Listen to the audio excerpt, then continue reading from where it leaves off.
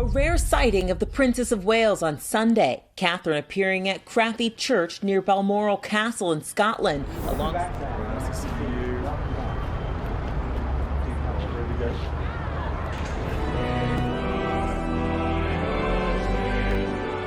In a heart-stopping moment, a journalist boldly asks Princess Catherine a deeply personal question about God, right in the middle of a public event.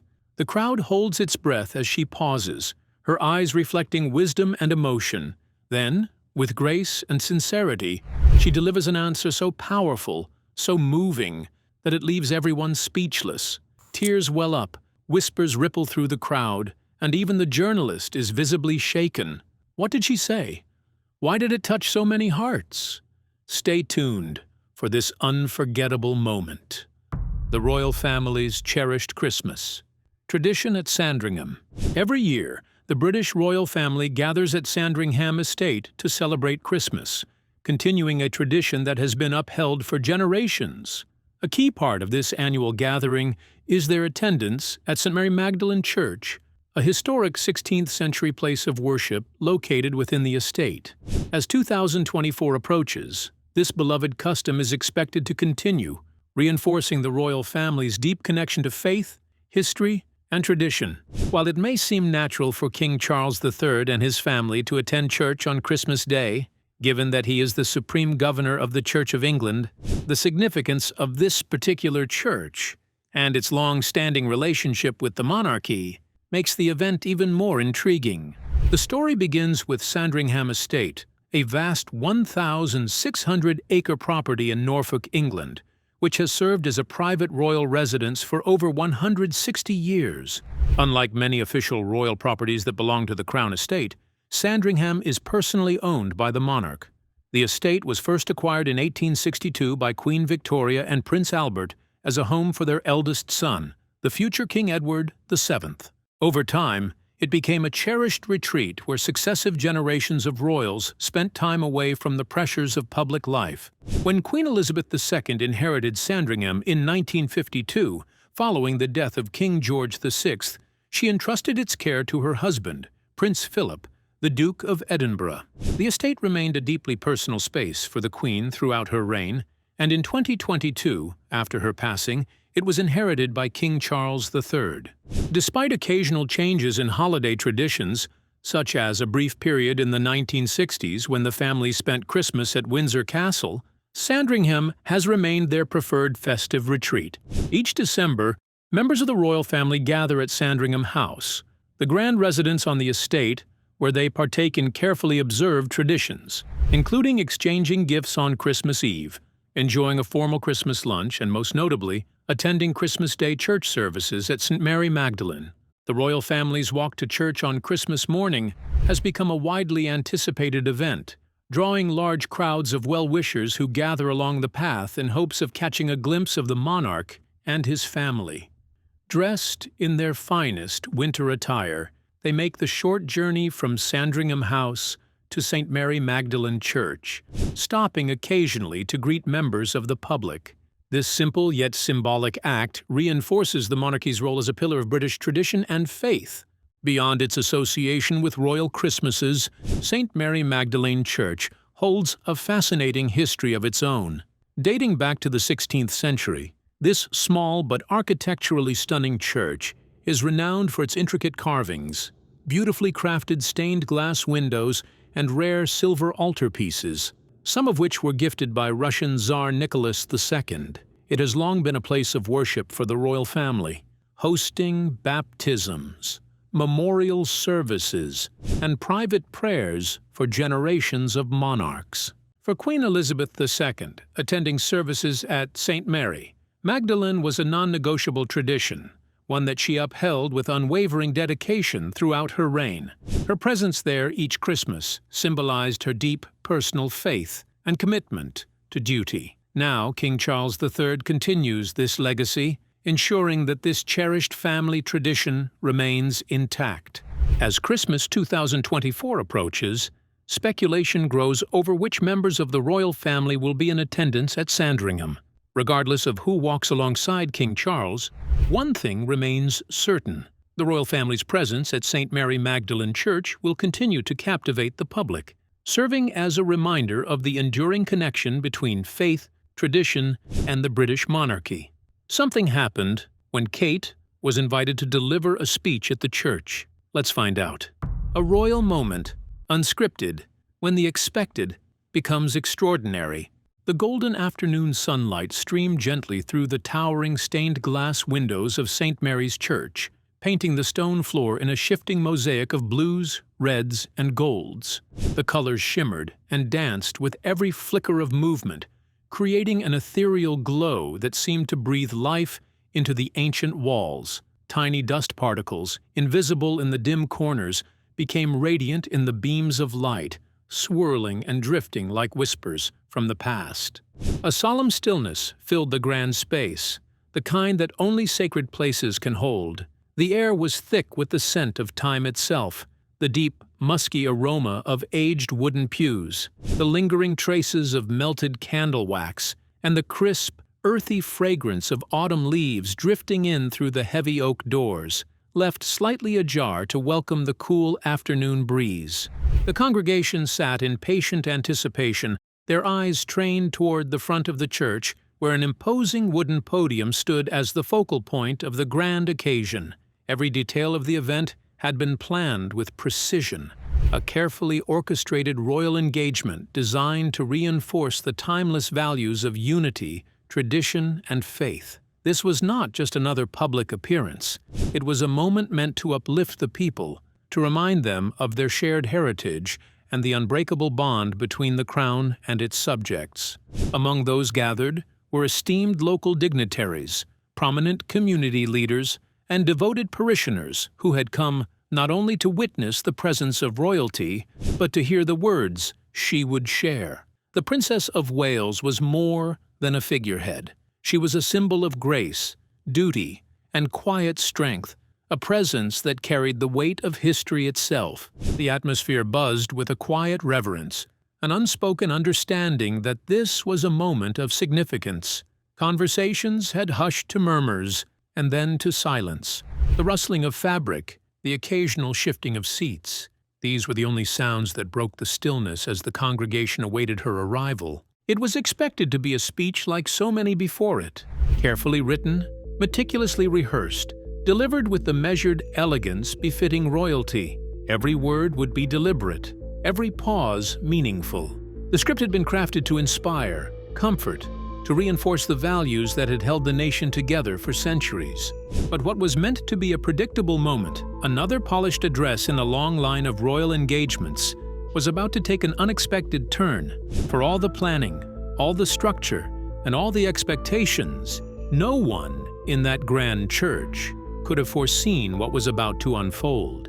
Something was about to happen, something unscripted, something that would forever change the way this day would be remembered. Let's delve into the details. A different kind of story. At the back of the grand centuries-old church, tucked away in a section reserved for the press, a small group of journalists sat poised with notebooks open and recording devices ready. They were here to document the occasion, to capture the precise words, the nuances of expression, and, if possible, the unscripted moments that often spoke louder than rehearsed speeches. Among them was Daniel Carter, a veteran war correspondent whose career had taken him to the front lines of human tragedy. He had reported from bombed-out villages, from refugee camps teeming with the displaced and desperate, from disaster zones where faith was not merely tested, it was shattered. He had watched as prayers were whispered over the dead, as trembling hands clutched rosaries, Qur'ans, or nothing at all, searching for hope amid chaos. Once, he had believed in something greater.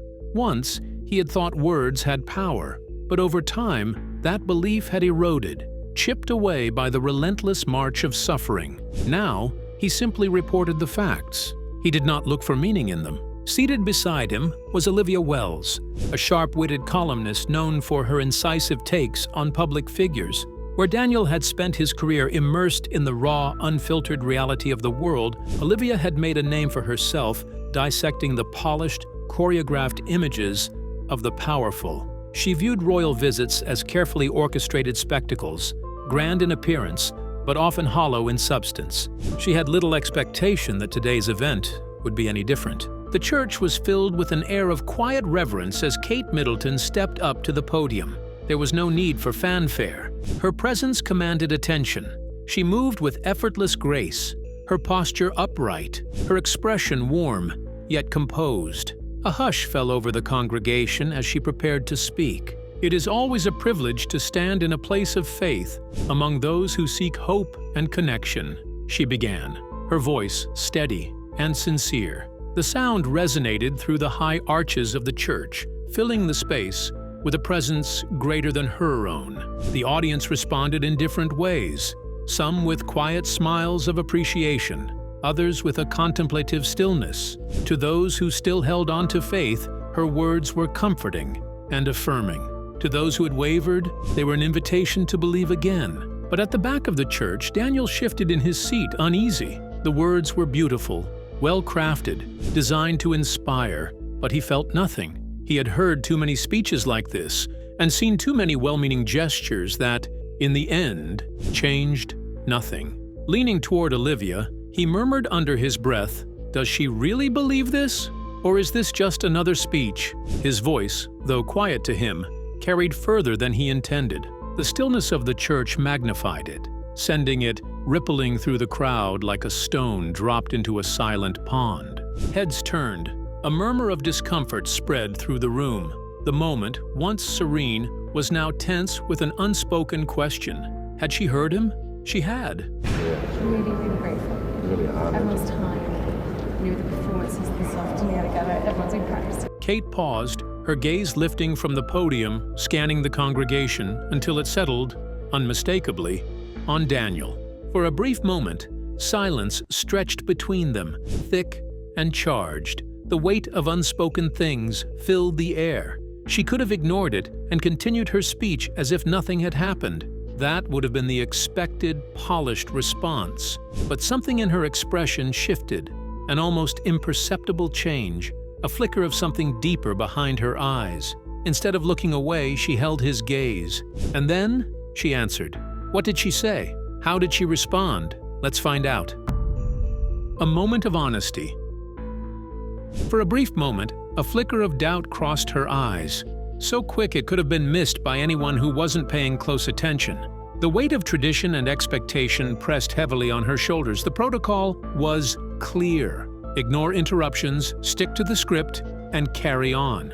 This was not a debate. This was not the time for unscripted moments. And yet, something in her resisted. Instead of glancing away and continuing as expected, she did something no one anticipated. She turned toward the journalists. Her gaze settled on Daniel, her expression open yet measured. The grand church, filled with polished wood and stained glass, had been a place of ceremony just moments ago, an event moving predictably along its course. Now, it had transformed into something entirely different. The rehearsed structure of the day crumbled, leaving behind something raw, something real. Daniel felt every pair of eyes in the room land on him. A part of him wanted to shrink away, to sink into the shadows. Years of being the observer, the reporter, had conditioned him to remain unseen, to chronicle events rather than become part of them. Thank you for your time as well. I always think it's before Christmas time. It's probably the last thing we're thinking about, sort of. But another part of him, buried beneath layers of skepticism and weariness, refused to remain silent. He cleared his throat, the sound loud in the quiet room, and slowly rose to his feet. "I've seen a lot of suffering," he admitted, his voice rough with emotion. "I've covered wars, disasters, famine. I've watched people cry out in desperation, seen them pray for miracles that never came. And in those moments I've wondered, how do you know God is listening? How do you believe when so many prayers seem to go unanswered?" A hushed murmur moved through the congregation, like a breeze rustling through leaves. It was the kind of question that had been whispered in the silence of lonely nights, the kind of doubt that crept into the hearts of the faithful in their most vulnerable moments. Yet, rarely was it spoken aloud in a place like this, under the gaze of so many. Olivia, usually content to remain an observer, felt an unexpected pull toward the moment unfolding before her. It was as if something larger than any of them had taken over, turning this gathering into something more profound than a routine event. Kate could have answered with a polished, rehearsed response, something poetic, safe, something that would satisfy without truly challenging. She had plenty of those stored away, ready for moments of doubt. But this time, she chose something else. Her expression softened, and when she spoke, there was no pretense in her words. "That's a question I've asked myself more times than I can count," she admitted, her voice neither defensive nor dismissive, but honest. "There have been moments in my life when I felt completely lost, times when I prayed with all my heart, only to be met with silence. I've wondered if my words vanished into nothingness." She paused, letting the weight of her confession settle in the room. For a moment, no one moved. No one even seemed to breathe. "But then I realized," she continued, "that God doesn't always answer in the ways we expect. Sometimes He speaks through the kindness of a stranger when we least expect it. Sometimes He gives us moments of peace in the middle of complete chaos. And sometimes," she hesitated, choosing her words carefully, "sometimes He answers us in the very fact that we're still searching. Because if we're asking these questions, it means that deep down, we haven't given up hope." The silence that followed was not the emptiness of uncertainty, but the fullness of reflection. Daniel remained standing, his breath shallow, his thoughts tangled. He had spent years burying his faith under the weight of all he had witnessed, convincing himself that belief was a luxury for those who had never truly seen suffering. But something had shifted. He didn't know what it meant yet. He wasn't even sure if he wanted to know. But for the first time in a long time, he felt something stir within him, something that had been dormant, waiting. What happened next? Let's take a look at what happened next. A second question. The grand hall was silent, save for the hushed whispers of reporters scribbling notes and the distant hum of cameras clicking. Then, from the press section, a young journalist named Sam hesitated.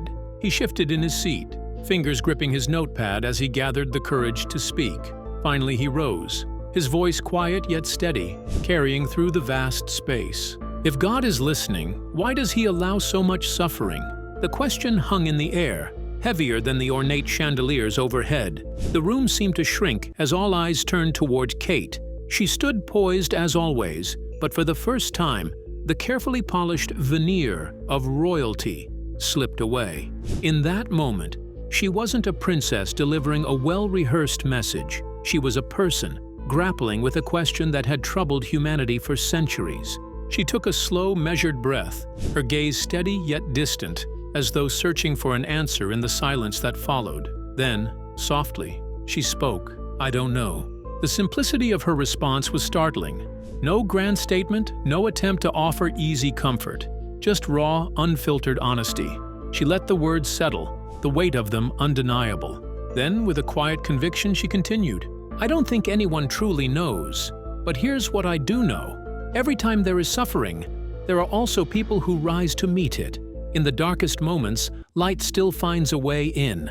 There are doctors who heal, volunteers who give their time, expecting nothing in return, strangers who extend kindness when it's needed most. And there are journalists." She glanced toward Sam, then to Daniel, her expression thoughtful, "who bring those stories to the world, ensuring that suffering is not ignored, that the voices of those in pain are heard." She turned fully toward Daniel now, her voice quieter, but filled with an undeniable warmth. "People like you, who refuse to let suffering go unnoticed. Maybe that is part of the answer." A flicker of something crossed Daniel's face. Surprise, perhaps even discomfort. He had spent years building walls around himself, fortifying them with cynicism and detachment. It was how he had survived, how he had reported on tragedies, without letting them consume him. But now, standing before Kate, those walls felt thinner, more fragile. For the first time in a long while, he had no words. Around them, the atmosphere shifted. The grand event, which had begun as another routine royal visit, had transformed into something far more profound. The weight of Kate's words settled over the crowd, touching something deep within each person present. Faith had been questioned. Doubt had been acknowledged. And yet, in that very moment of vulnerability, something resembling hope had emerged. The service continued, but it was no longer just another formal engagement. It had become a shared experience, one of uncertainty, of seeking, of holding on to faith, even in the face of unanswerable questions. Perhaps Kate had not provided a solution, but she had given them something else, permission to not have all the answers, to sit in the discomfort of the unknown and still choose to believe in the goodness that persisted amidst the suffering. And sometimes that was enough. As they stepped out of the church, the cool evening air wrapped around them like a silent whisper. The world outside was still, yet something felt different, charged almost. What was that? Let's find out. A story worth writing. Olivia glanced at Daniel, studying the way his fingers tightened around his worn-out notebook, the pages inside filled with half-written thoughts and hurried scribbles. She knew that look. It was the look of a man whose mind was already piecing together a story, weaving words into something bigger than the moment itself. Absolut, absolut. Nu har vi liksom allihopa, vi ollaan niin våra ystäviä. You're going to write about this, aren't you? She asked, her voice quiet but certain. Daniel didn't answer right away. He just nodded, his gaze distant, as if he was already lost in the lines he would soon put to paper. Normally, it was easy. He had spent years turning events into stories, protests, politics, wars, victories, losses. He had built a career on capturing moments and dissecting them with sharp, unyielding words. But this time, something was different. This time, the story wasn't just about what had been said from the pulpit. It was about something much deeper, a question that had slipped into the air like an arrow, striking him with a force he hadn't expected. It wasn't just words spoken in passing.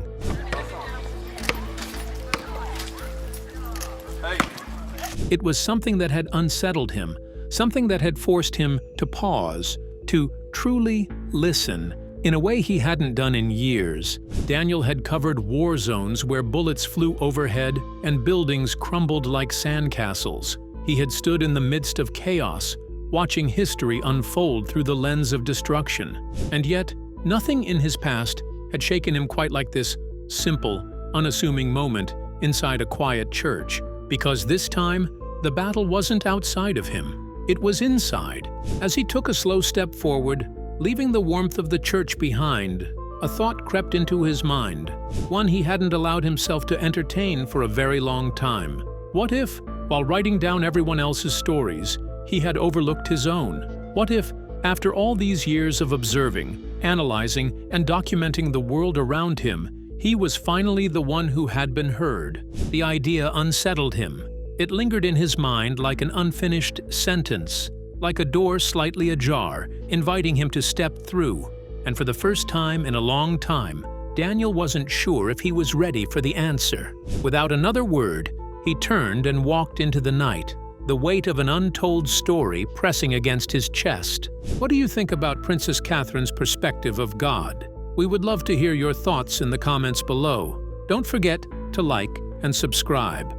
It was to not only help improve the early childhood outcomes, but it's also about prevention.